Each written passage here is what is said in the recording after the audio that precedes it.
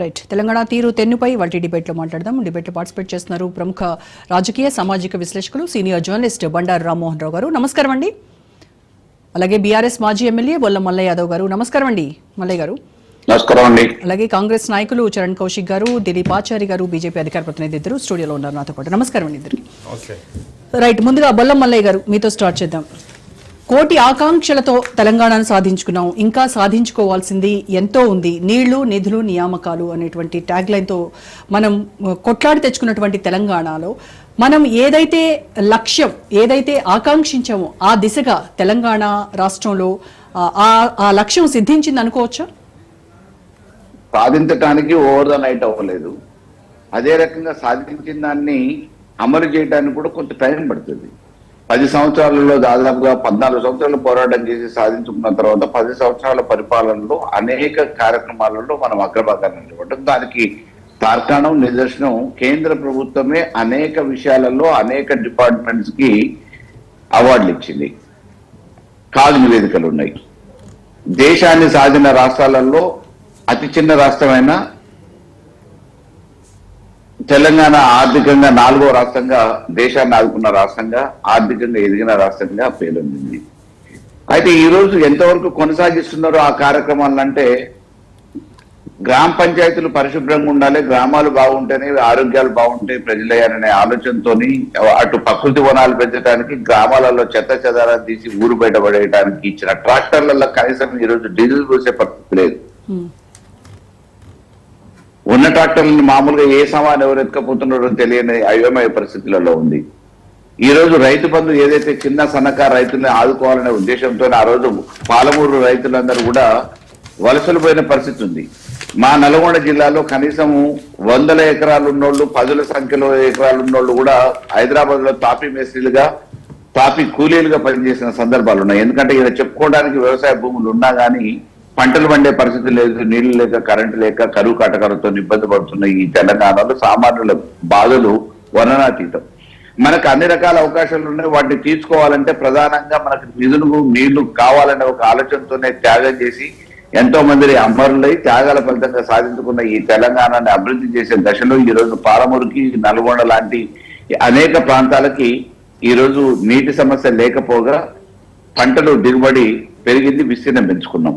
వీటికి పోయినసారి మామూలుగా మనం చూసినాం. రైతు బంధు, రైతు సాయం కోసం ఈ 3 క్రాప్స్ అయినాయి ఇప్పటి వరకు. ఈ ప్రభుత్వంలో ఇంతవరకు మామూలుగా 2 ఎకరాలకు 3 ఎకరాలకు మించి ఎప్పుడు ఇవ్వలేదు, మొదటి దఫా కూడా.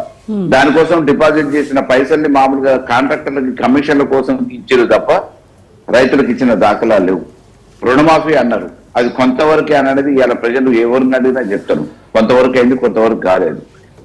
రైతు బంధు గురించి ఈ నివేదిక, ఆ నివేదిక, ఉపసంఘాలు, సబ్ కమిటీలు అని చెప్పేసి కాలయాపన చేసిరు. ఆఖరికి జనవరి 20వ తారీఖు డేట్ గా నిర్ణయించారు. 30 ఉండనన్నారు. ఆఖరికి పైలట్ గ్రామాలు అన్నారు. అక్కడ ఇక్కడ ఎప్పుడు కూడా ఇంతవరకు మామూలుగా రైతు బంద్ చేసింది లేదు. రైతు బీమా, రైతు కుటుంబంలో ఎవరైనా చచ్చిపోతే 1 సెంటు భూమి వాళ్ళ పేరు మీద ఉన్నా కానీ ఆ కుటుంబాన్ని ఆదుకోవడానికి 5 లక్షల రూపాయల బీమా సౌకర్యం 10 దినాల లోపల, పెద్ద దినం లోపల వాళ్ళ ఇంటికి వచ్చేది. ఈ రోజు దాన్ని కనీసం రెన్యువల్ చెప్పలే. అంటే రైతులను ఆదుకోవటంలో మామూలుగా ఆ ప్రభుత్వం చేసింది కదా, మనకు పనికొచ్చే పథకం కదా ఇది అనే ఉద్దేశంతో కొనసాగించే ప్రయత్నం అన్న చేయాలి. ఇవాళ ఏ మార్పు కోసం అయితే ప్రజలు కోరుకున్నారు, ఏ మార్పు అయితే ఉంటే బాగుంటది అనే అభిప్రాయంతో వీళ్ళు ఇచ్చిన హామీల మేరకు అవకాశం ఇచ్చారు. అయితే తెలంగాణ రాష్ట్రం ఏర్పాటు అయిన తర్వాత మొట్టమొదటిసారి అధికారంలోకి వచ్చింది బీఆర్ఎస్ పార్టీ. 2 టర్మ్స్ అధికారంలో ఉండి బీఆర్ఎస్ పార్టీ ఏదైతే ప్రామిస్ చేసిందో బంగారు తెలంగాణను అన్న ఇది వినిపించారో, అది ఆ బంగారు తెలంగాణ కళ ఎంతవరకు సాకారమైంది మీ హయాంలో అంటే ఏం చెప్తారు? ఆ దిశగా అడుగులేసినాం కదా. కాకతీయులు ఎప్పుడో తవ్విన చెరువులకి మళ్ళా పట్టించుకున్న నాదులు లేడు. మళ్ళీ పొడికెళ్ళి తీయగలిగినాం. నిజాములు కట్టిన బిల్డింగ్లు మాత్రమే హైదరాబాద్ లో పరిపాలన అక్కడి నుంచి కొనసాగే పరిస్థితి ఉండే, సెక్రటరియట్ తో సహా. ఈ రోజు మామూలుగా మనకు తెలంగాణకంటూ ప్రత్యేకంగా రేపు భావితరాలకి, భవిష్యత్ తరాలకు ఉండాలనే ఆలోచనతో కొత్త భవనాలను నిర్మాణం చేసుకోగలిగినాం. తెలంగాణ జిల్లాలలో ఇంటిగ్రేటెడ్ కలెక్టరేట్ ఆఫీసులు అన్ని సమూహంగా ఒకటే దగ్గర ఉంటే ప్రజలకు కూడా పరిపాలనా సౌలభ్యం బాగుంటుంది. మామూలుగా అన్ని ఒకటే దగ్గర, ఇక్కడికి అక్కడికి వేరు దగ్గర తిరగటం అనేది ప్రజలకు ఇబ్బంది అవుతుందనే ఉద్దేశంతో ఇంటిగ్రేటెడ్ ఆఫీసర్ని ఏర్పాటు చేసుకోగలిగినాం. మెడికల్ తీసుకురాగలిగినాం, వైద్య రంగంలో మెరుగైన సేవలు అందించగలిగినాం. అంటే అనుకున్న 100% అన్నిట్లలో విజయవంతమైందని చెప్పలేం. ఏ విషయంలో కొంత వెసులుబాటు ఉంటుంది, కొంత వెనుకబాటు ఉంటుంది.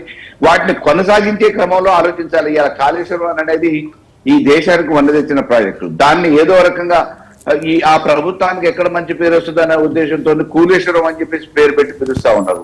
మరి అదే లేకపోతే ఈ రోజు నీళ్లు ఏ నుంచి వచ్చినాయి ఏంటిది? అంతకుముందు పంటలు ఏం పడ్డాయి? 2014 కంటే ముందు ఈ రోజు పంటలు ఎట్లా దిగుమతి పెరిగింది? బీఆర్ఎస్ హయాంలో బంగారు తెలంగాణ దిశగా అడుగులు వేశారు. ఆ అడుగులని సరైన బాటలో కాంగ్రెస్ నడిపించాల్సినటువంటి బాధ్యత వాళ్ళ భుజాలపై ఉంది. మరి వాళ్ళు ఏ దిశగా ఈ తెలంగాణను తీసుకెళ్తారు అన్నది ఒక ప్రశ్నార్థకంగా మిగిలిందని